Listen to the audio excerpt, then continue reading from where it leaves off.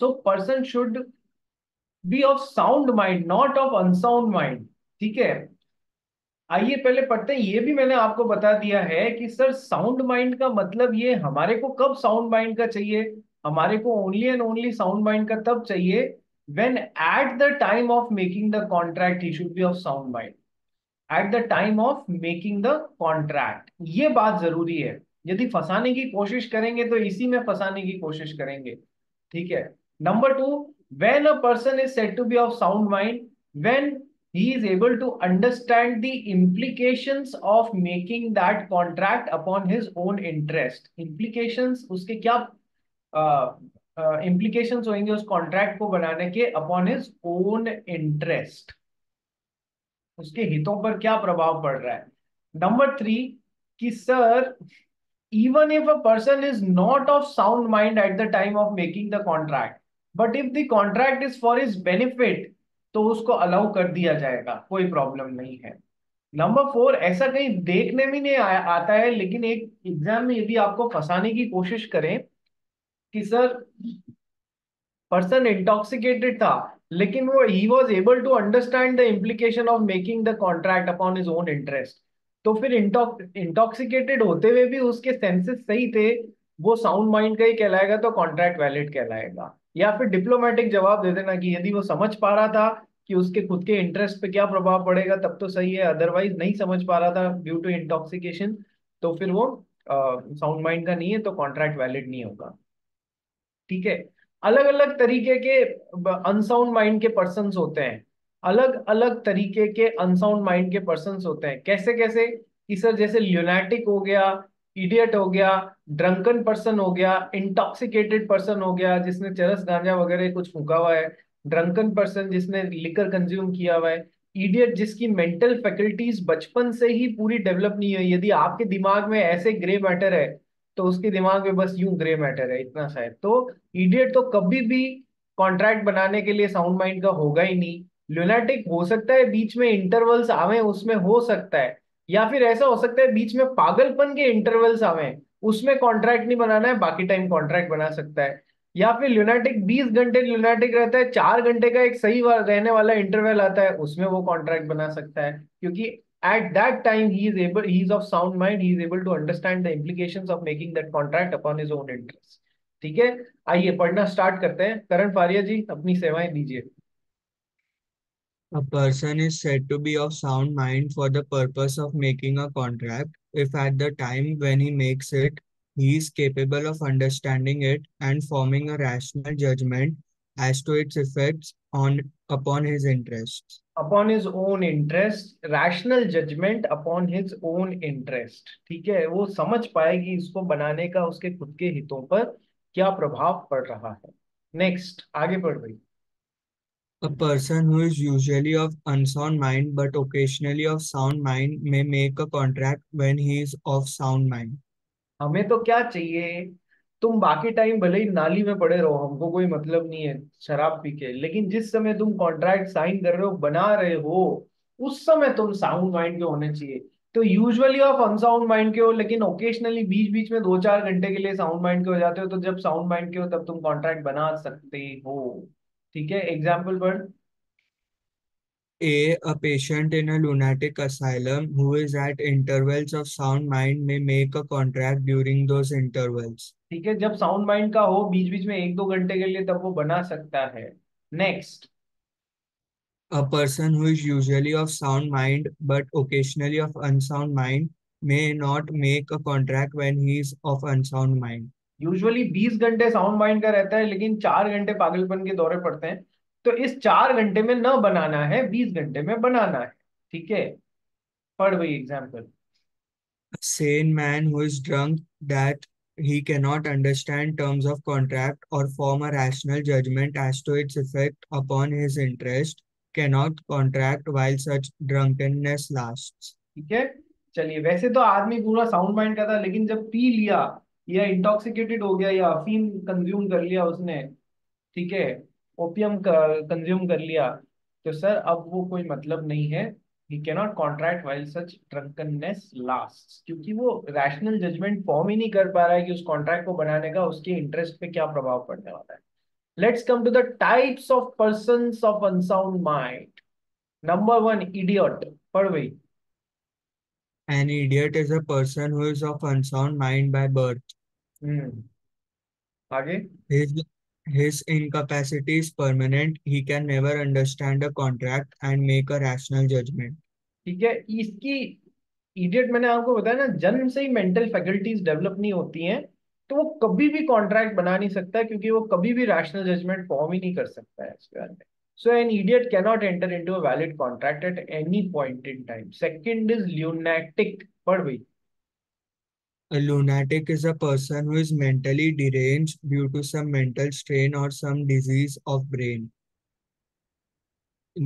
Lunatic may have lucid intervals of sanity and insanity. Genetic आदमी He, वो होता है जो जिसका मेंटल बैलेंस इसलिए खराब हो जाता है, कोई उसका प्रॉब्लम हो गई या बीमारी हो गई इस वजह से, तो उसको सैनिटी या इंसैनिटी जैसी भी ल्यूनेटिकनेस है, उस तरीके के उसको इंटरवल्स मिल सकते हैं। यदि 20 घंटे और 4 घंटे ये सैनिटी और इंसैनिटी, या ऐसा भी हो सकता है 20 घंटे इंसैनिटी और 4 घंटे सैनिटी, तो अपने को तो at the time of making the contract the person should B of sound mind. So he can enter into contract only during the period when he is of sound mind. गुरु मंत्र है, जब sound mind के हो तब बना लो। Sound mind क्या होता है ये तुमको बता दिया है। इडियट पढ़ लिया, lunatic पढ़ लिया। लेट्स कम टू ड्रंकन और intoxicated person. such persons are temporarily incompetent to contract when they are in effect of alcohol or drug. Thus, agreement made by such person are void. Void agreement से शुरुआत से कर लेते हैं, क्योंकि ये competent नहीं है। Fourth, hypnotism. हिप्नोटिज्म समझते हो ना? कभी कोई फिल्मों में देखा होगा, ऐसे करके घड़ी की दिशा आपको दिखा दिखा के और हिप्नोटाइज कर लेते हैं, या फिर आंखों में आंखें देख के हिप्नोटाइज कर लेते हैं। ठीक है, हिप्नोटिज्म। पढ़ भाई। Produces temporary incapacity till the person is under its effect. जब वो हिप्नोटाइज हुआ हुआ होता है तब वो नहीं समझ सकता कि वो क्या साइन कर रहा है। साउंड माइंड का नहीं होता है, तो टेम्परली जब तक उसके इफेक्ट में है तब तक नहीं बना सकता contract. Mental decay on account of old age. कई बार होता है ना, एक कोई इंसान 90 इयर्स प्लस का हो जाता है, चीजें सोचने समझने की क्षमता उसकी कम हो जाती है, मेंटली डीरेज हो जाता है, मेंटल डीके हो जाता है on account of old as. तो ये भी वो सिचुएशंस होती है जहां पर बंदा कॉन्ट्रैक्ट बनाने के लिए साउंड माइंड का नहीं रहता। जरूरी नहीं है कि ऐसा हो ही हो, कि हर 90 साल से ज्यादा वाला जैसे ही 90 हैप्पी बर्थडे हुआ, 91 फर्स्ट में एंटर किया, वैसे ही वो मेंटल डीके हो जाएगा। ऐसा जरूरी नहीं है। यदि कोई ऐसा आदमी है जो mental decay on account of old age हो रहा है, तो फिर वो कॉम्पिटेंट नहीं है यार कॉन्ट्रैक्ट बनाने के लिए। ठीक है, चलिए इफेक्ट्स।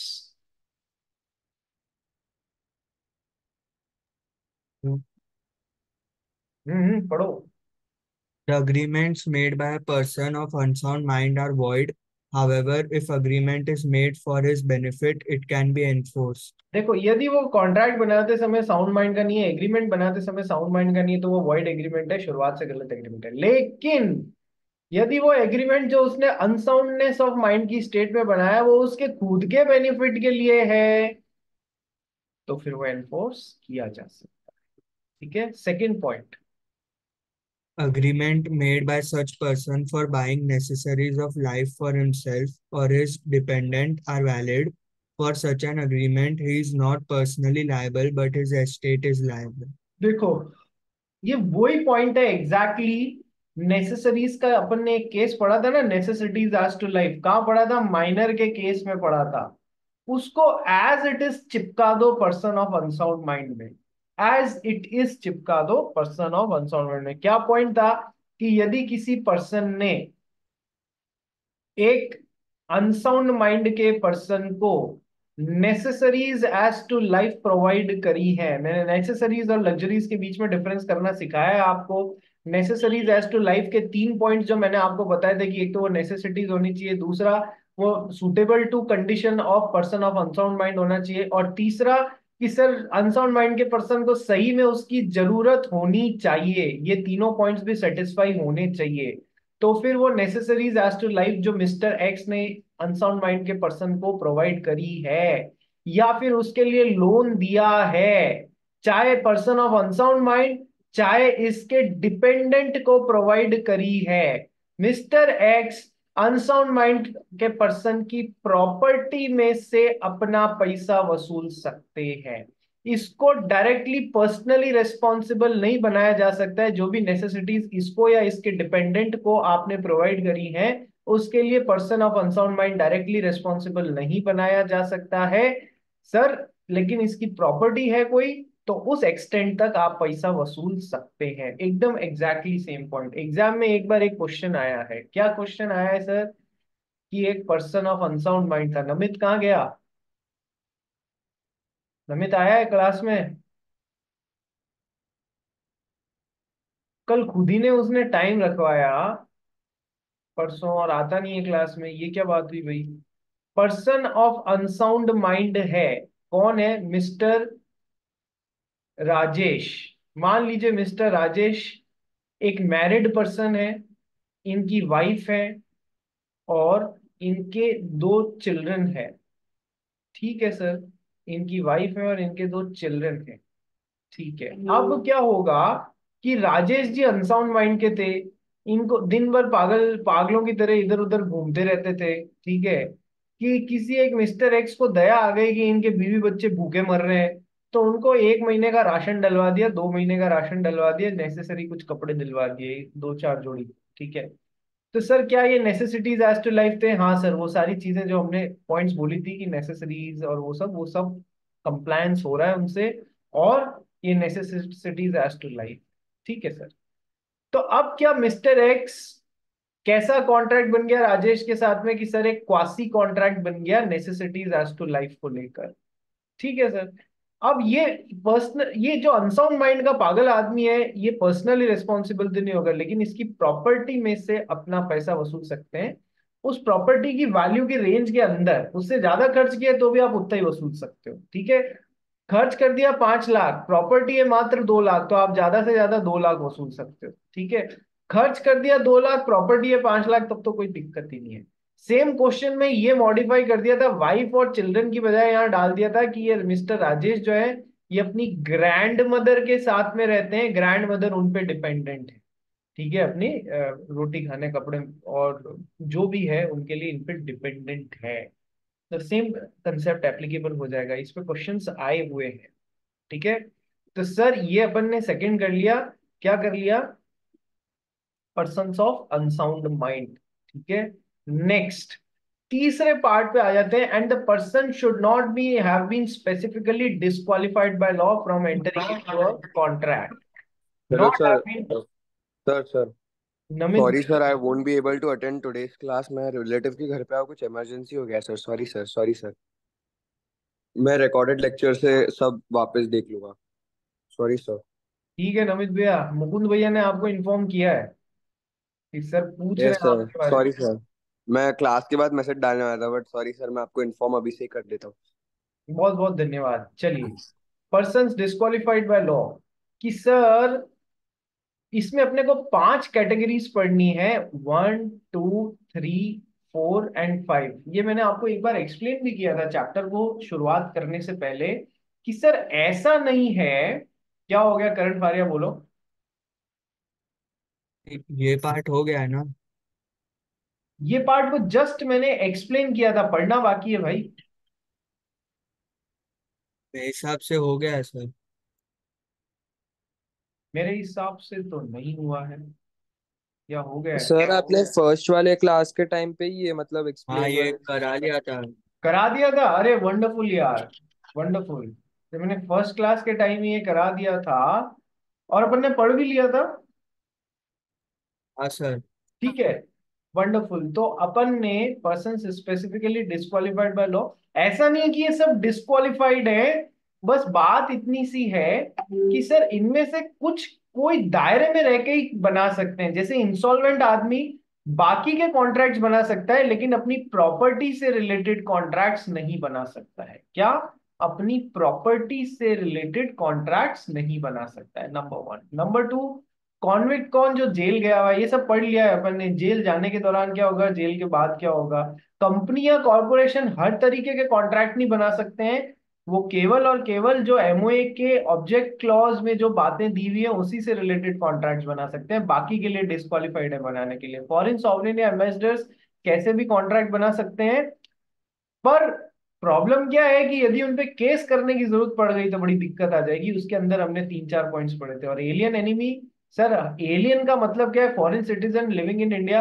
हर एलियन एनिमी नहीं होता है। एलियन एलियन होता है। न्यूजीलैंड का बंदा इंडिया में रह रहा है तो वो एलियन है, अमेरिका का रह रहा है, चाइना का रह रहा है, एलियन है, पाकिस्तान का रह रहा है, एलियन है। लेकिन यदि इंडिया की सेंट्रल गवर्नमेंट ने पाकिस्तान की कंट्री के साथ में वार डिक्लेयर कर दिया तो वो पाकिस्तानी एलियन कौन बन जाएगा? Alien enemy. तो वार के दौरान नए कॉन्ट्रैक्ट नहीं बनाने। वार से पहले के जो कॉन्ट्रैक्ट है वो या तो टेम्पररीली सस्पेंडेड या परमानेंटली टर्मिनेटेड हो जाते हैं। ठीक है, ये इसका नटशेल में पूरी चीजें हैं। चलिए, तो ये हो गया हमारा चैप्टर। मैं एक काम करूंगा, इससे इसका जो क्वेश्चन बैंक है चैप्टर नंबर 4 पार्ट 1 का, ये मैं आपको आज अभी दे दूंगा, तो ये आप लोग कर लीजिएगा, फिर अपन उस पर डिस्कशन भी करेंगे। ठीक है, आज अपन स्टार्ट करते हैं चैप्टर नंबर 4 का part second. What is chapter number 4 part second? कि सर फ्री कंसेंट बहुत अच्छा टॉपिक है। और इसमें से एक हर एक टॉपिक ऐसा है, ये फर्स्ट सेकंड थर्ड और फोर्थ की इनमें से एग्जाम में क्वेश्चंस देखने मिल सकते हैं। ज्यादा इनमें से आने की संभावना है। किससे? फर्स्ट सेकंड और थर्ड से, फर्स्ट सेकंड और फोर्थ से। लेकिन इसका ये मतलब नहीं है कि थर्ड को छोड़ दो। जो छोड़ के जाते हैं ना तो उसी में से क्वेश्चंस आने लग जाते हैं कई बार, इसलिए हमें छोड़ना। लॉ के पेपर में इतना समझ लो, तुमने कोई भी चीज छोड़ी, 10% यदि आपने अपना कोर्स छोड़ा तो तुम्हारे पास होने की 30% प्रोबेबिलिटी कम हो जाएगी। ये बात ध्यान रखना। इसलिए हम छोड़ के कुछ भी नहीं जाएंगे। तो आइए, let's start with the second chapter, that is the free consent. देखो, अब फ्री कंसेंट का जहां तक मामला है, अपन ने सेक्शन 10 क्या पढ़ा था भाई? कौन बताएगा? सेक्शन 10 क्या पढ़ा था इंडियन कॉन्ट्रैक्ट एक्ट का? मीत, सेक्शन 10 क्या होता है इंडियन कॉन्ट्रैक्ट एक्ट का? 2 मिनट में याद कर रहा हूँ भाई। दक्ष अग्रवाल। अरे ऐसे मुंह मत बना दक्ष अग्रवाल। सिंपली ट्री का राइट हैंड साइड याद कर। Contract is an agreement which is legally enforceable. An agreement is said to be legally याद आ गया। Enforceable when these five things are present. These are covered under section 10। टक टक टक टक टक, वेरी इंपॉर्टेंट। जूते पड़ने चाहिए सर पे पकड़ के एकदम। अरे इतना टाइम हो गया साथ में पढ़ते हुए, अभी तक सीरियसनेस नहीं आई है।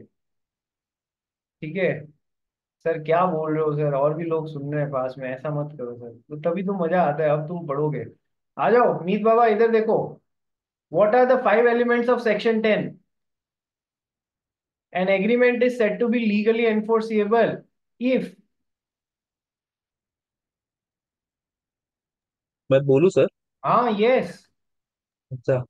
हैविंग लॉफुल ऑब्जेक्ट, हाँ लॉफुल कंसिडरेशन, हाँ नॉट क्वालिफाइड बाय लॉ। हाँ वही free consent, not disqualified by law हाँ। एंड वॉइड नहीं होना चाहिए।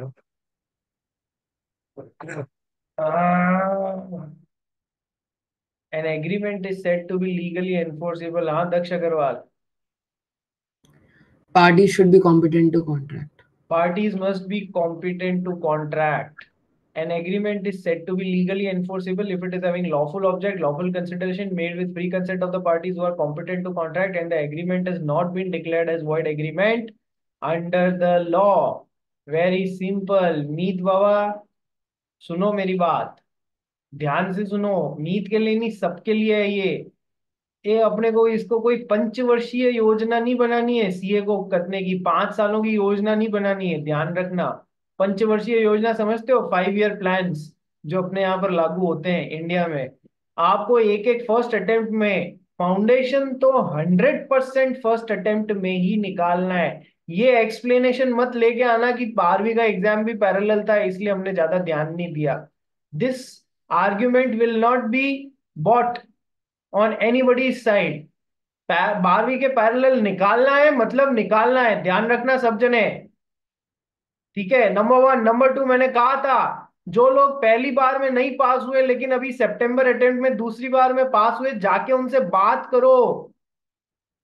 कितने लोगों ने की?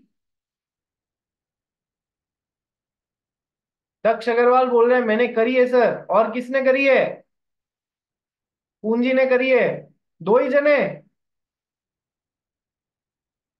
क्यों भाई, बाकी लोगों को क्या सांप सूंघ गया है क्या? इसलिए मैं पागल हूं क्या जो बोल रहा हूं आप लोगों को बार बार करने के लिए? आपका टीचर आपको कुछ बोल रहा है, उसका कोई मतलब है भाई? सीरियसनेस अपने आप आ जाएगी जब उनसे जाके मिल लोगे। मैं फर्स्ट अटेम्प्ट में पास होने वालों से मिलने की बात ना कर रहा हूं।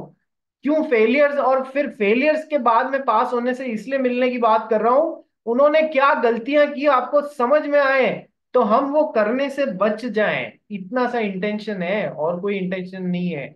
ठीक है, आइए फ्री कंसेंट चैप्टर की तरफ चलते हैं। तो सर समझने वाली बात यह है, सेक्शन 10 बता दिया, सेक्शन 11 भी बता दिया कि sir person should be competent to contract, कि sir when a person is competent to contract, वो भी अपन ने पढ़ लिया। ठीक है, सेक्शन 13 जो है that is regarding consent. Section 14 जो है that is regarding free consent. देखो सेक्शन 13 में तो वर्ड कंसेंट की बात हो रही है, और सेक्शन 14 में वर्ड फ्री कंसेंट की बात हो रही है। आओ समझते हैं क्या होता है कंसेंट।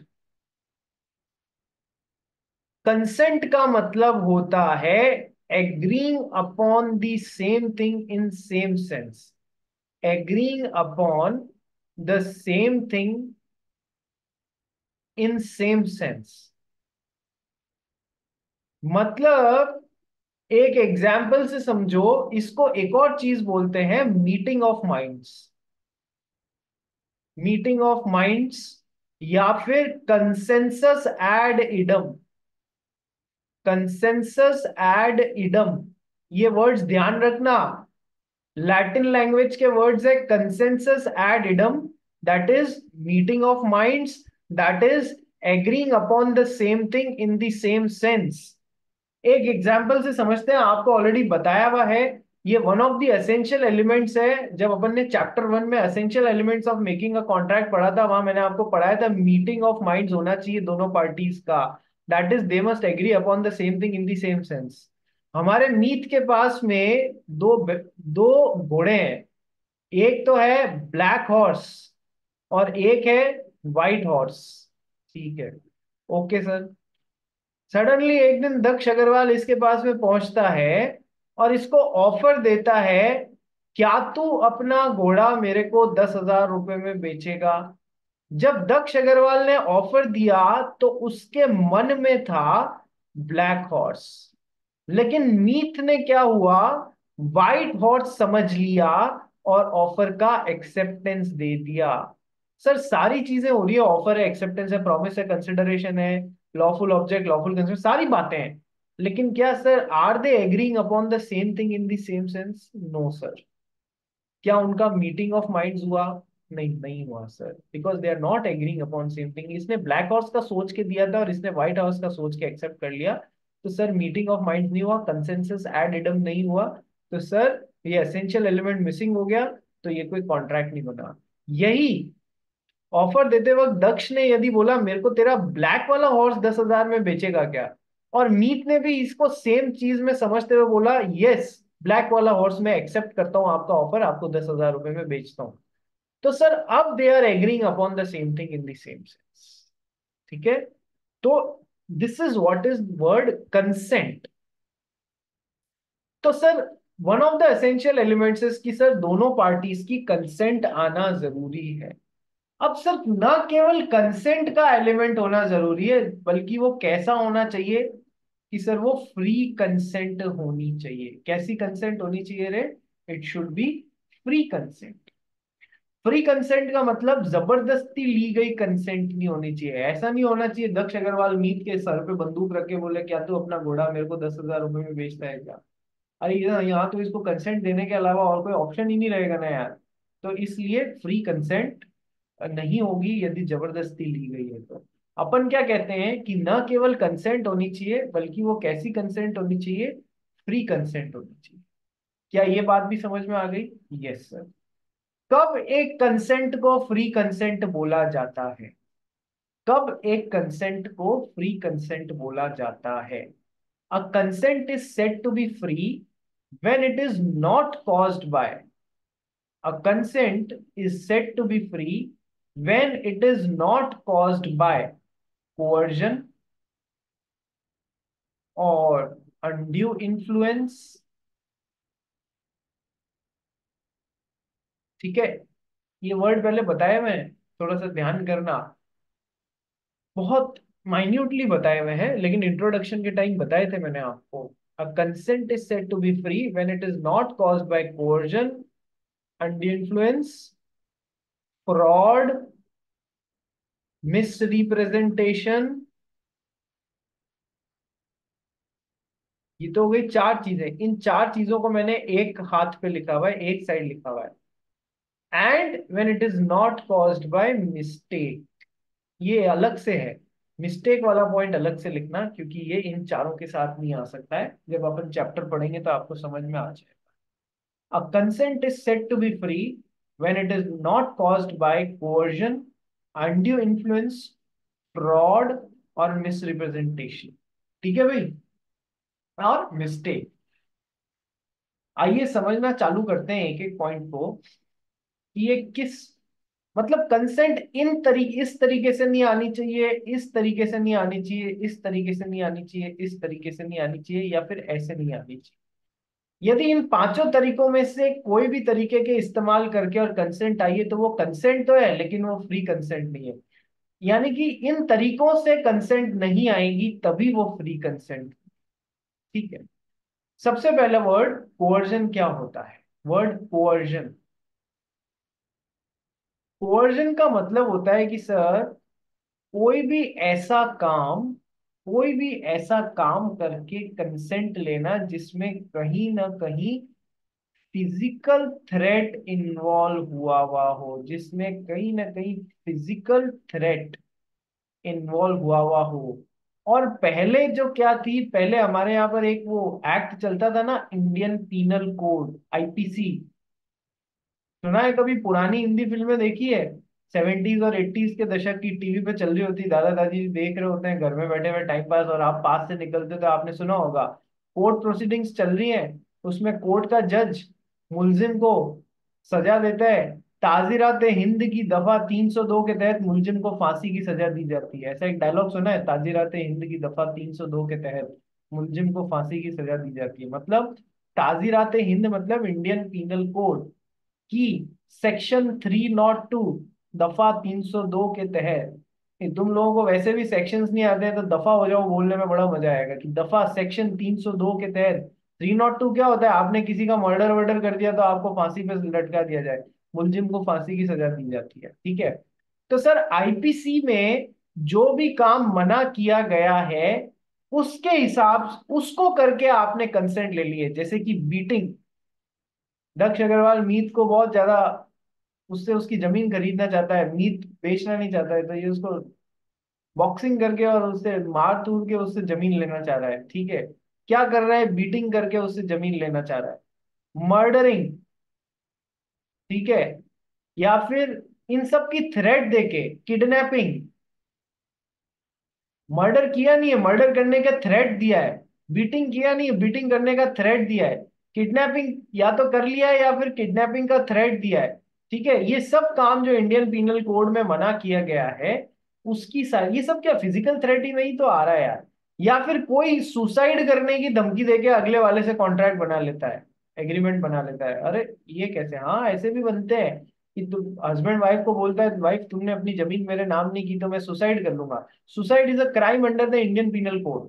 ये अकेला ऐसा क्राइम है जिसको करने से आप यदि बच जाते हैं तो भी आपको पुलिस पकड़ के ले जाएगी। सुसाइड करते करते फंदा टूट गया, आप सुसाइड अटेम्प्ट मारे लेकिन फंदा टूट गया, फिर ये प्रूव आपने सुसाइड अटेम्प्ट कर लिया, that is a crime under IPC, तो भी पुलिस पकड़ के ले जाएगी। आप बच गए तो भी पुलिस पकड़ के ले जाएगी। ठीक है, तो sir beating, kidnapping, murdering, suicide, attempt, suicide की धमकी देना, ऐसे करके आपने यदि सामने वाले से कॉन्ट्रैक्ट बनाया है, एग्रीमेंट बनाया है, तो वो कोर्जन के थ्रू बना हुआ एग्रीमेंट है। क्या ये बात समझ में आ गई? Yes sir. अब समझने वाली बात एक और है कि सर वेरी रिसेंटली इंडिया में इंडियन पीनल कोड हट चुका है। ये अभी लेटेस्ट 1-2 महीने के पहले के डेवलपमेंट्स हैं कि सर इंडियन पीनल कोड हट चुका है। इसकी जगह दूसरा एक्ट आया है, कोई दूसरा एक्ट आया है। यदि वो, जब देखो आप जब तक एग्जाम दोगे ना तब तक ये तुम्हारे बुक्स में रिफ्लेक्ट होने लग जाएगा, ठीक है। लेकिन सर अभी जब तक आईसीएआई अपने खुद की बुक्स में इससे रिलेटेड चेंज नहीं करता है, हमें वही पढ़ना पड़ेगा। बात समझ में आ गई तुमको? जब वो नोटिफिकेशन निकाल देगा कि सर अब से इसकी बजाय ये पढ़ो, तब से हम भी वो लिखने लग जाएंगे। जब होगा अपडेट तुम्हारे एग्जाम से पहले मैं तुमको इन्फॉर्म कर दूंगा। पर अभी के लिए क्या है, हमको आईपीसी ही पढ़ना पड़ता है, ठीक है। सो कोर्जन का मतलब क्या होता है कि सर किसी ने फिजिकल थ्रेट, एक्स ने वाई को या तो बीटिंग करके और उससे कॉन्ट्रैक्ट साइन करवा लिया या फिर उसकी कंसेंट ले ली, ठीक है। एक्स ने वाई को किडनैप करके उससे जबरदस्ती पेपर साइन करा लिए, या इसके बच्चे को किडनैप करके इससे जबरदस्ती पेपर साइन करा लिए, ठीक है सर। या फिर बीटिंग, किडनैपिंग, मर्डरिंग की धमकी, थ्रेटनिंग, फॉल्स केस लगा देने के एलिगेशन लगा के इससे एग्रीमेंट साइन करवा लिए। कई बार होता है, देखो आप लोग बड़े बच्चे हो इसलिए मैं आपके साथ में डिस्कस कर सकता हूँ। कई बार क्या होता है, एक गर्ल होती है, वो किसी पर्सन, बॉय या मैन को बोलती है यदि तुमने ये पेपर या ये जमीन मेरे को नहीं बेची, मैं तुम पे ईव टीजिंग का केस लगाऊंगी या मैं तुम पे रेप का केस लगा दूंगी। ऐसे करके वो क्या करती हैं कि सर वो गलत तरीके से इनकी कंसेंट ले रही हैं, ठीक है। ये सब आईपीसी में मना किया गया काम है सर। इन तरीके, या तो फिजिकल थ्रेट या आईपीसी में मना किए गए कोई काम जो है उनसे करके आपने कोई कंसेंट ली है, तो ये कोर्जन के थ्रू आई हुई कंसेंट कहलाती है। तो सर वो फ्री कंसेंट नहीं है। सर जब फ्री कंसेंट नहीं होती है तो कैसा एग्रीमेंट बनता है या कॉन्ट्रैक्ट बनता है? क्या वो वॉइड एग्रीमेंट बनता है या फिर वो वॉइडेबल कॉन्ट्रैक्ट बनता है? बताइए। जब फ्री कंसेंट नहीं होती है, मिस्टर एक्स ने मिस्टर वाई की कंसेंट जबरदस्ती लेके और उनसे एक एग्रीमेंट बनवा लिया, कॉन्ट्रैक्ट बनवा लिया, तो सर ये कैसा एग्रीमेंट है? कि सर ये वॉइड एग्रीमेंट है, शुरुआत से गलत एग्रीमेंट है, या फिर ये वॉइडेबल कॉन्ट्रैक्ट है? वॉइडेबल कॉन्ट्रैक्ट मतलब व्हाट आर वॉइडेबल कॉन्ट्रैक्ट्स? कौन बता सकता है? Mahak, what are voidable contracts? Sir के खाली एक ही पार्टी के पास ऑप्शन रहता है वेरी कि गुड, वो very very good. This shows that Mahak is studying at home. उसको याद है। voidable contracts are the contracts which can be enforced only at the option of one of the parties but not at the option of other party। यानी कि mister Y की free consent नहीं आई है, तो sir ये contract कैसा बन गया? सर ये voidable कॉन्ट्रैक्ट बना। आंसर यहां है, ठीक है, ये नहीं है। यदि फ्री कंसेंट नहीं आई है तो voidable कॉन्ट्रैक्ट बनता है। यानी ये चाहे तो इसके साथ में आगे बढ़ सकता है, ये चाहे तो इसको रिसेंड कर सकता है। voidable contracts are those contracts which can be enforced only at the option of one of the parties thereto but not at the option of other parties। यानी कि एक्स को ये ऑप्शन नहीं होगा क्योंकि इसने जबरदस्ती कंसेंट लिया, वाई के पास में ऑप्शन होगा, चाहे तो आगे बढ़े चाहे तो रिसेंड कर दे। रिसेंड ऐसा ही नहीं हो सकता हवा में बोल दिया आज से खत्म। रिसेंड कराने के लिए, खत्म करवाने के लिए कहाँ जाना पड़ेगा? कि सर कोर्ट में जाना पड़ेगा, कोर्ट के थ्रू रिसेंड होएगा ये। बात समझ में आ गई? Yes sir. वॉइडेबल कॉन्ट्रैक्ट्स याद है? और भी मैंने आपको एक चीज बताई थी, contract is an agreement which is legally enforceable. An agreement is said to be legally enforceable when these 5 elements are present: lawful object, lawful consideration, when the contract is made by free consent of the parties who are competent to contract, an agreement has not been declared as void agreement। Sir यदि lawful object नहीं है, void agreement है। Lawful consideration नहीं है, void agreement है। Parties competent to contract नहीं है, void agreement है। वॉइड एग्रीमेंट की लिस्ट में से है तो भी वो वॉइड एग्रीमेंट है। केवल ये वो पोर्शन है, free consent of the parties नहीं है, तो यहां पर वो कैसा बनेगा? वॉइडेबल कॉन्ट्रैक्ट बनेगा। और डिटेल बताऊंगा, अभी पूरा नहीं बताया है इसको, एकदम फाइनलाइज मत समझ लेना, इसमें और भी वॉइड एग्रीमेंट्स भी आ सकता है, वॉइडेबल कॉन्ट्रैक्ट्स भी आ सकता है। मेजरली क्या होगा कि सर यदि फ्री कंसेंट का एलिमेंट नहीं है, कोर्जन, अनइन्फ्लुएंस्ड, फ्रॉड या मिसरिप्रेजेंटेशन से बनाया है, तो वो कॉन्ट्रैक्ट कैसा होगा सर? वॉइडेबल कॉन्ट्रैक्ट होगा, वॉइड एग्रीमेंट होगा। ये बात ध्यान रखना यहाँ पर, ठीक है? चार्ट में लिख लेना ताकि हमेशा के लिए याद रह जाए तुम लोगों को कि यहाँ इस पॉइंट पे हमको ध्यान रखना है, ठीक है? आइए सेम लिंक पे एक बार वापस रिज्वाइन कीजिए।